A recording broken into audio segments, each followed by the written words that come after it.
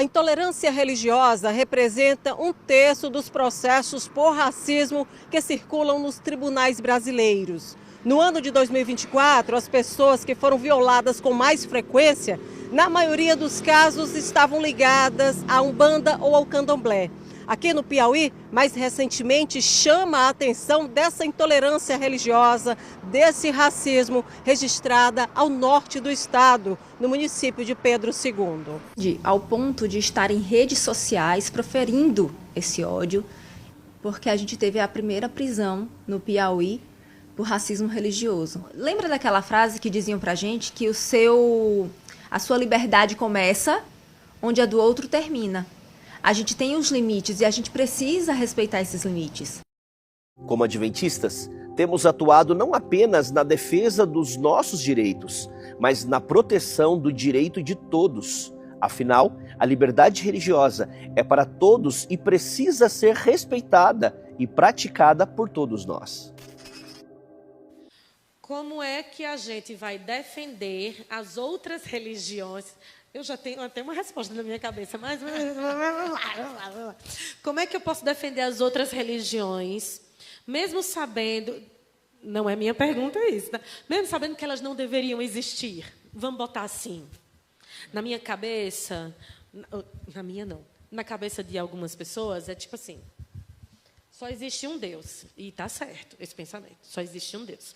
Não deveria existir só uma igreja? A nossa igreja não é a certa? Nós não acreditamos.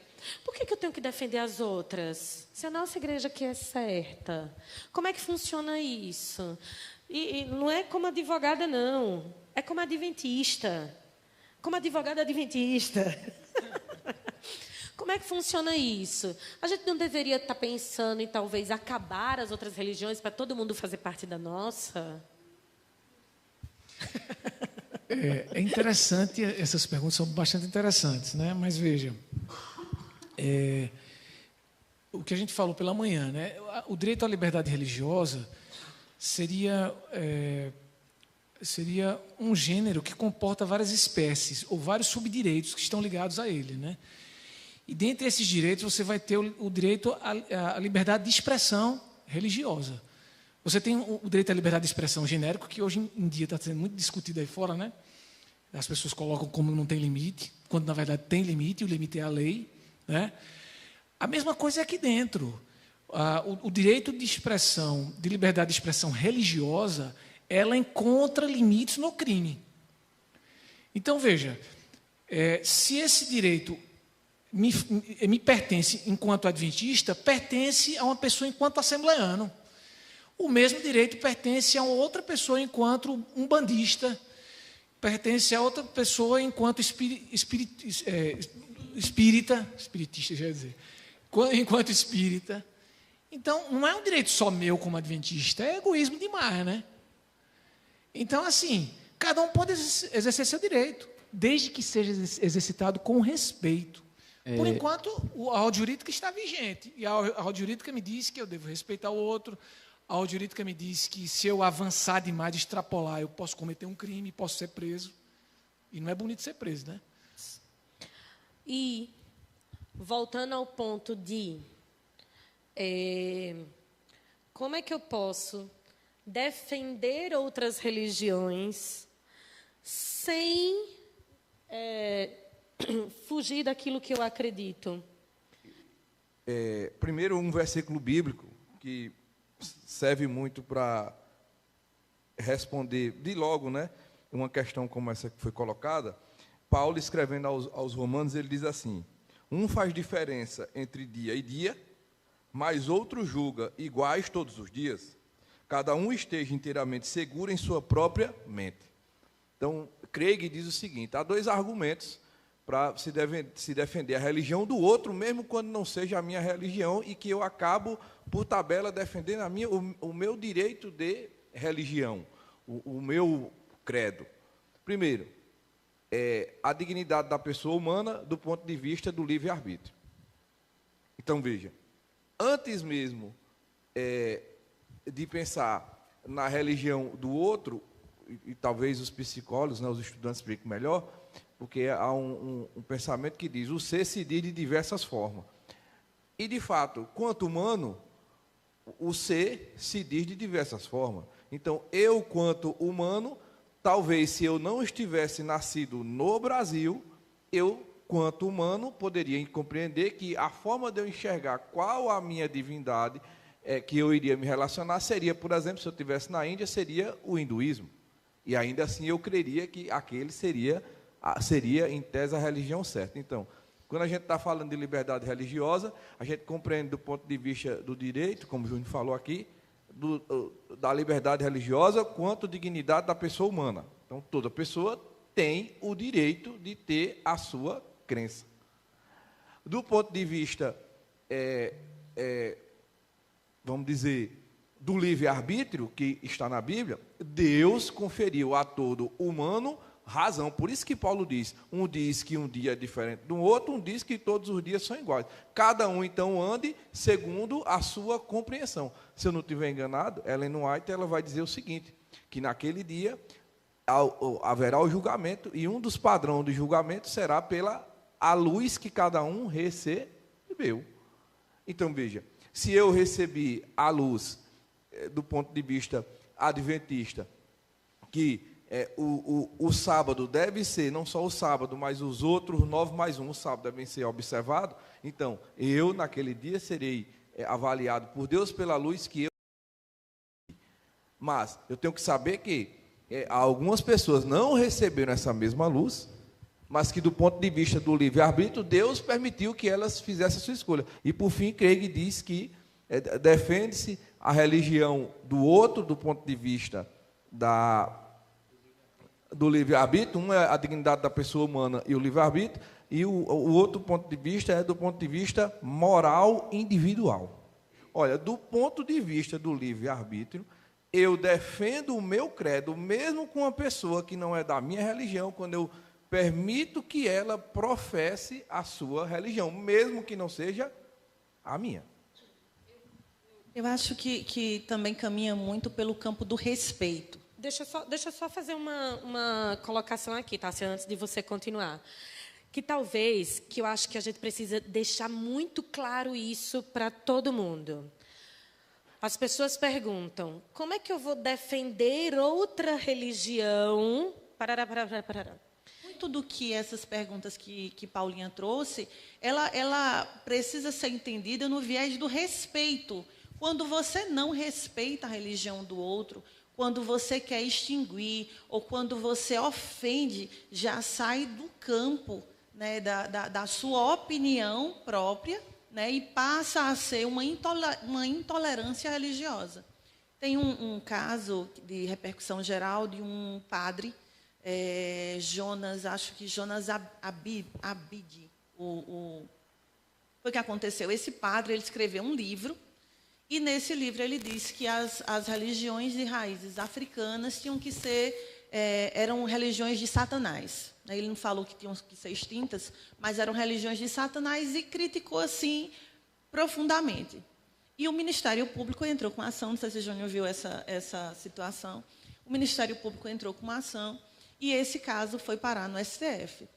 Então, quando nós nos propomos a defender a nossa fé, isso não pode ir de frente com a fé do outro no sentido de ofender, de intolerância. Uma das perguntas falava sobre atitudes intolerantes. E uma das perguntas já dizia algumas atitudes, né? Algumas formas de nominar outras religiões é ofensivo. Então, como o Aaron Júnior também trouxe, esse limite é um limite que, a partir do crime, quando se torna crime, quando se torna ofensivo, é onde eu devo dar vários, não só um passo para trás, vários passos para trás. Porque, para defender a minha religião, eu não preciso ofender a do outro. Júnior citou um pastor evangélico que já foi preso. O pessoal do jornal, quando foi passar a cena dele pregando no púlpito da igreja, a fala dele, acho que tem uns 2 ou 3 minutos, metade é cortada por pip. Quando você critica a religião do outro, que evangelho é que você está pregando? o de Satanás. Inclusive jurídico. Porque, veja, o artigo aqui 20 diz assim, praticar, induzir ou incitar a discriminação ou preconceito de raça, cor, etnia, religião ou procedência nacional, pena de 1 a 3 anos. E aí, no parágrafo 2º, aqui o crime é qualificado. Se qualquer dos crimes previstos nesse artigo for cometido por intermédio dos meios de comunicação social, vale dizer redes sociais, né, de publicações em redes sociais, de rede mundial de computadores ou de publicação de qualquer natureza, reclusão sobe para 2 a 5 anos. Então, veja, a extrapolação da legislação vai me implicar, vou entrar num cenário penal. Então, como vocês viram, a Igreja Adventista, pelo Departamento de Assuntos Públicos e Liberdade Religiosa, que ela colocou essas leis no Brasil, está prendendo várias pessoas. A Igreja perseguidora, ao mando da Igreja Católica, que a Igreja Adventista recebeu esse departamento falso de liberdade religiosa e assentou na cadeira da ONU em 2003 e está prendendo várias pessoas no Brasil, e não é só no Brasil não. A ONU, que a Igreja Adventista está assentada, com o pastor Ganoni Diop, então ordena todos os países colocar leis, dizendo que é leis de liberdade religiosa, mas na verdade é a lei da imagem da besta. A igreja perseguidora adventista do 7º dia, perseguindo, dizendo que está promovendo a liberdade religiosa. Com isso, ela se uniu com o espiritismo, se uniu com os demônios, se uniu com toda espécie de ave imunda e detestável, ou seja, com todas as religiões. A Igreja Adventista do 7º dia, influenciando o Estado para perseguir e matar o povo de Deus. Todos os países que agora vão perseguir, como é todos os países, e todos os servos de Deus que morrer por essas leis desses países, quem está matando é a Igreja Adventista. Assim como quem matou na Idade Média foi a Igreja Católica, e também assim agora também. Quando o Estado prende um servo de Deus, então quem está prendendo é a Igreja Adventista. Quando o Estado acusa o servo de Deus de intolerância religiosa, quem está multando, acusando de intolerância religiosa é a Igreja Adventista. Quando o Estado, por causa das pregações nas ruas e praças, que o quarto anjo, o movimento fora dos templos adventistas pregar, como já está pregando, que o domingo é o sinal da besta, que todas as igrejas caíram, se tornaram moradas de demônios. E quando o Estado prender, multar e matar o servo de Deus, quem está matando é a Igreja Adventista do 7º dia. Ela é a igreja assassina pela a lei de perseguição que ela colocou no Estado, dizendo que é liberdade religiosa.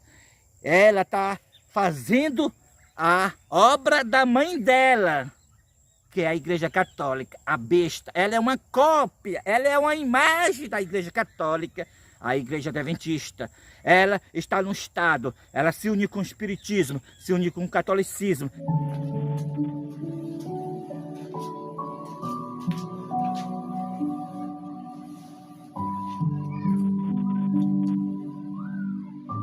Mais uma vez, a todos os irmãos do Ministério Quarto Anjo e não só, saúdo a todos os irmãos com a paz do Senhor, e mais uma vez nós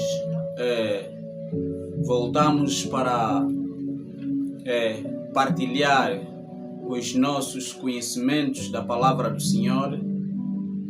Hoje, quando são 28 de junho de 2025, eu pretendo partilhar com os irmãos uma mensagem especial, uma mensagem já habitual, mas é uma mensagem urgente que nós temos vindo a proclamar, a mensagem da queda da Babilônia. Queridos, o nosso estudo de hoje tem como centro é a imagem da besta. E eu quero falar um pouco com os irmãos sobre essa questão da imagem da besta. Queridos, nós como adventistas do sétimo dia, nós temos vindo a esperar o decreto dominical, que é óbvio que isto está a ponto, já está a acontecer, digo, mas em parte muitos dos irmãos ainda não estão percebendo, na verdade, se já está ou então não.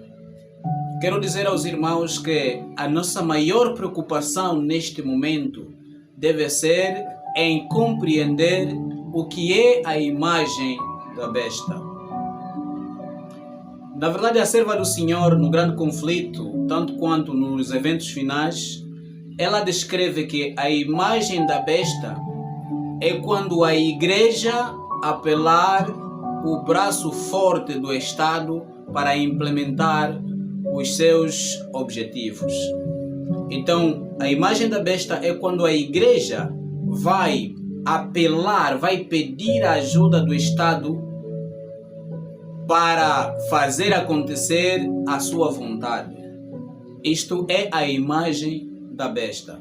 E, queridos irmãos, nós vemos isto acontecer já neste exato momento.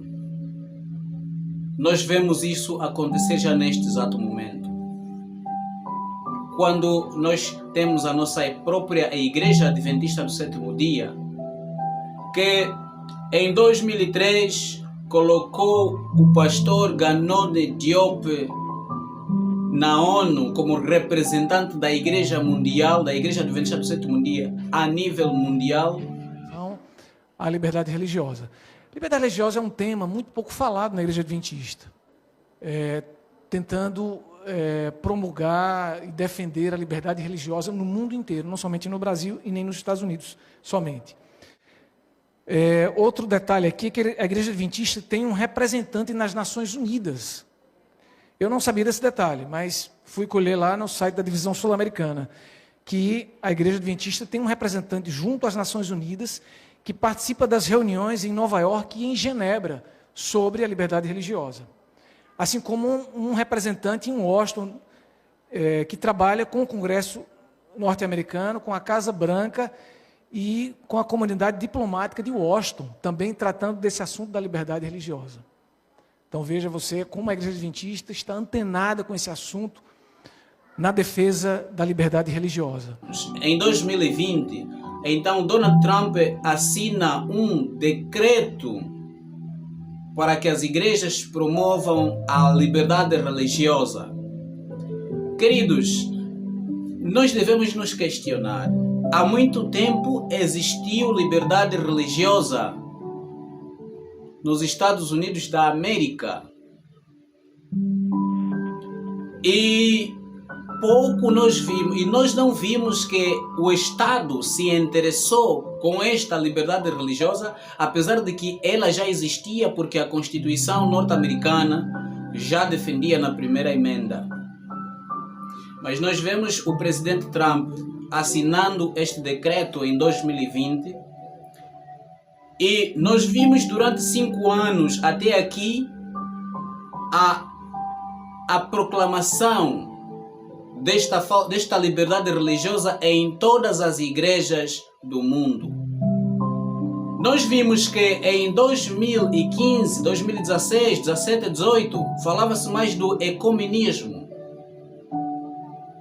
Mas, queridos irmãos, é diferente esta liberdade religiosa com o ecumenismo? O que é o ecumenismo? O ecumenismo é quando todos se unem, se encontram entre si e todos respeitam as crenças de outros. Ou seja, não importando com cada um se esteja certo ou errado, mas amam-se entre si sem se importar com cada um a sua doutrina. Isto é ecumenismo. E nós sabemos que a doutrina bíblica nos mantém muito longe disto. E a Igreja Adventista do Sétimo Dia, ela vai na cadeira da ONU como com o pastor Ganoni Diop e ela vai promover a liberdade religiosa. E agora, por mais duro que seja, isto é verdade, queridos irmãos, nós estamos vendo isto acontecer. A Igreja Adventista do Sétimo Dia, escrevendo livros para diretores de Departamento de Liberdade Religiosa para promover e saber as técnicas de como deve entrar no terreno. E os nossos irmãos não compreendem de que agenda pertence esta liberdade religiosa que eles promovem. É a agenda do papado. Mas mesmo assim os nossos irmãos dizem, lamentavelmente, a igreja não vai cair. Queridos, desde sempre a irmã White apresentou que a Igreja Adventista do Sétimo Dia é uma igreja que está no estado de Laodiceia, militante, mas que ela não era triunfante.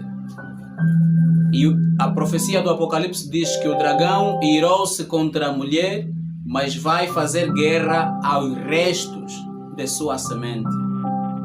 A igreja não entra no céu em estado de Laodiceia, em estado de mornidão, mas sim, dentro dela sai um pequeno remanescente que se levanta contra esta união da igreja com o Estado.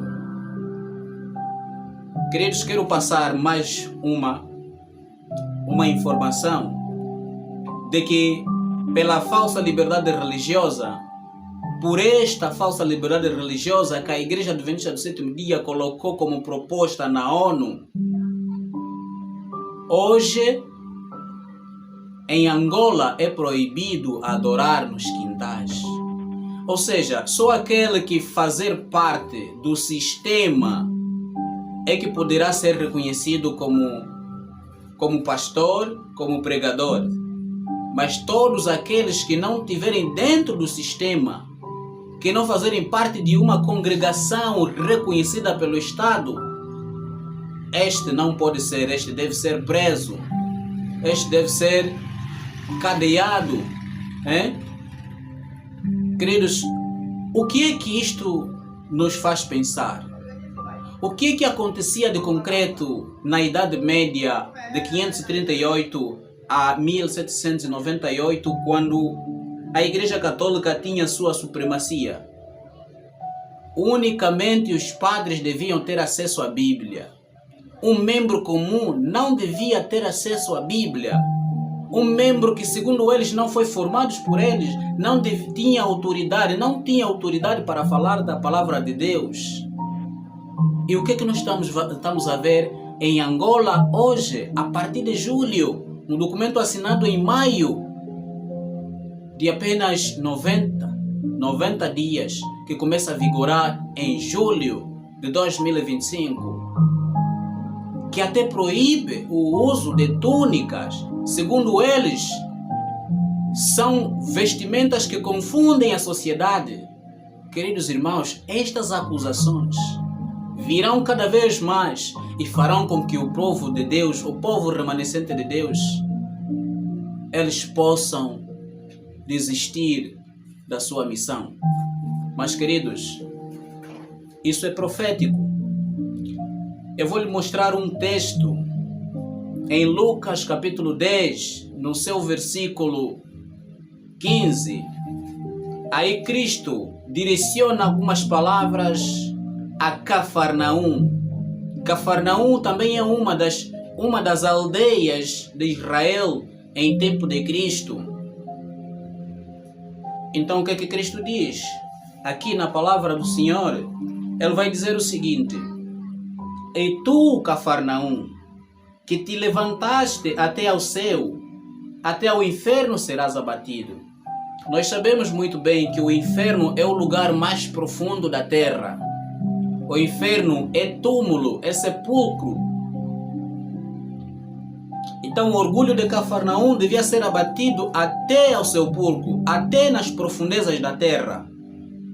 Mas por quê? Por que Cristo teve que dizer isso?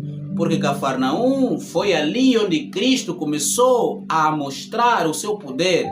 Foi ali onde Cristo começou a fazer os seus milagres.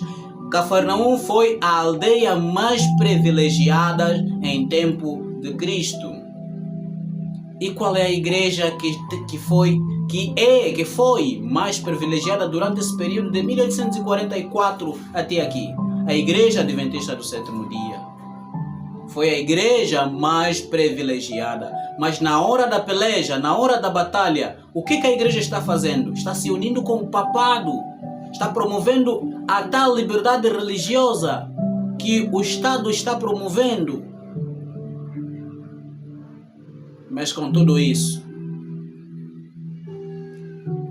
eu quero ler um texto de conforto para os nossos queridos irmãos,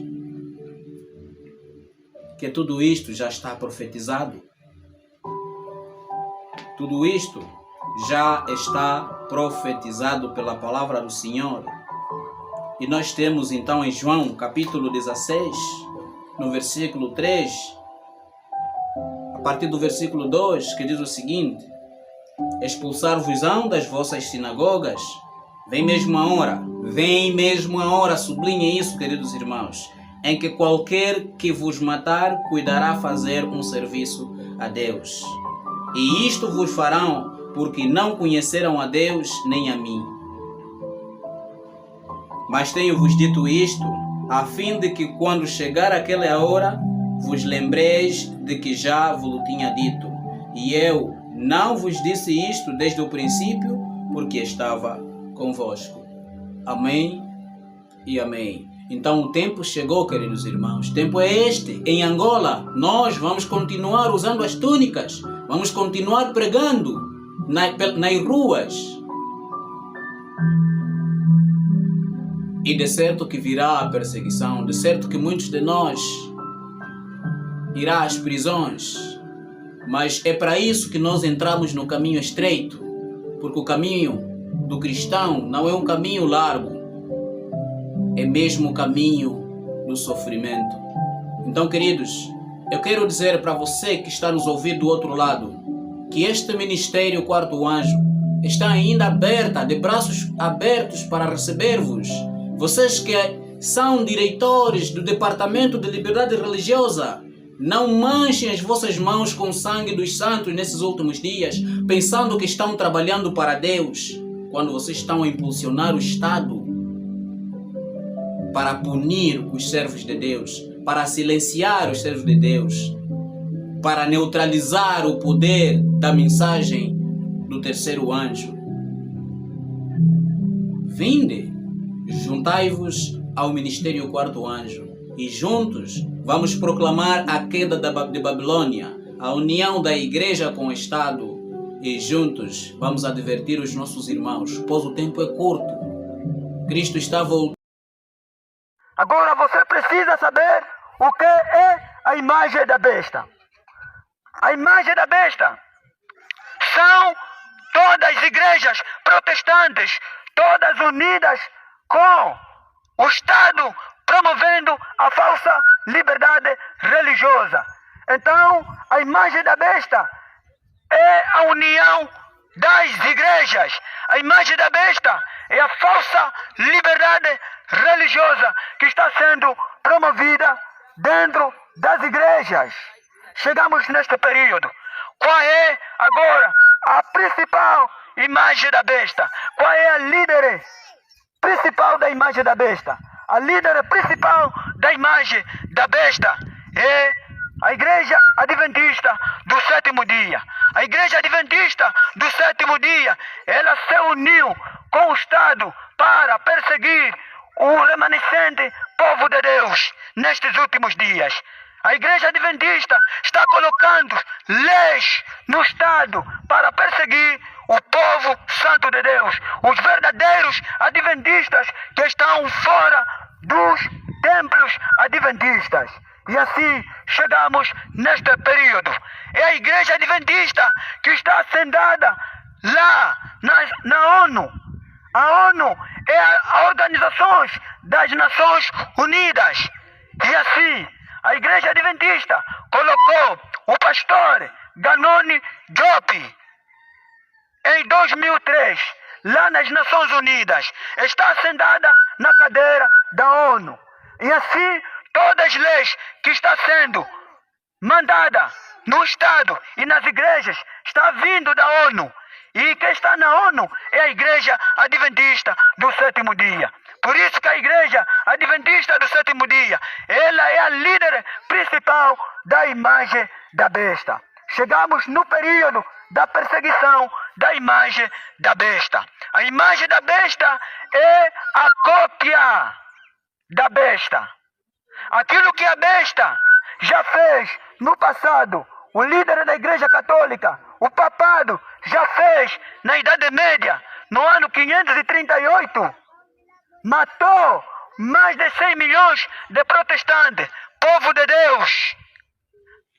Até 1798, foram 3 anos e meio com esta perseguição para o povo de Deus. E assim foram mais de 100 milhões de protestantes que foram mortos. E assim o povo de Deus foi acusado de hereges por não aceitarem as doutrinas falsas do papado.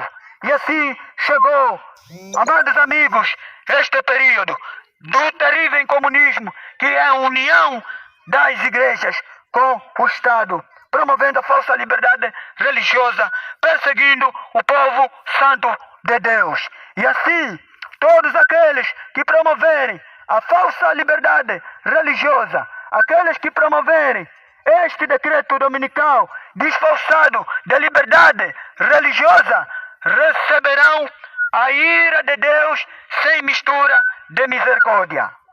O que nós estamos avisando parece que não vai acontecer. Parece que é mentira. E hoje o Evangelho de Cristo é loucura para aqueles que não creem. Nos considerando como loucos, assim como Noé foi considerado de louco por advertir o mundo antediluviano.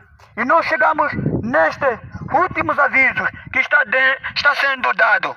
Chegou o período da queda das igrejas. As igrejas todas caíram. Todas as religiões, igrejas em Angola, no mundo inteiro, todas caíram por promover o decreto dominical, por fazer o terrível comunismo, que é esta união da igreja com o Estado, que é promover esta falsa liberdade religiosa, a falsa paz mundial. E assim, aqueles que receberem o sinal da besta receberão as 7 últimas pragas que está em Apocalipse capítulo 16. Apocalipse 16 fala as 7 últimas pragas que serão derramadas aos adoradores da besta e da sua imagem e aqueles que receberam o seu sinal. Então, você ficou sabendo que a besta do Apocalipse 13 está representando o líder da Igreja Católica, o papado. E a imagem da besta está representando todas as igrejas protestantes unidas com a besta, unidas com o Estado, promovendo a falsa liberdade religiosa. E assim o sinal da besta está representando o domingo, o primeiro dia da semana, é a marca da besta. E o santo sábado é o sinal do Deus vivo, o selo do Deus vivo. Então, meus amados amigos, meus irmãos, chegamos na hora final. Já não temos muito tempo. Estamos no período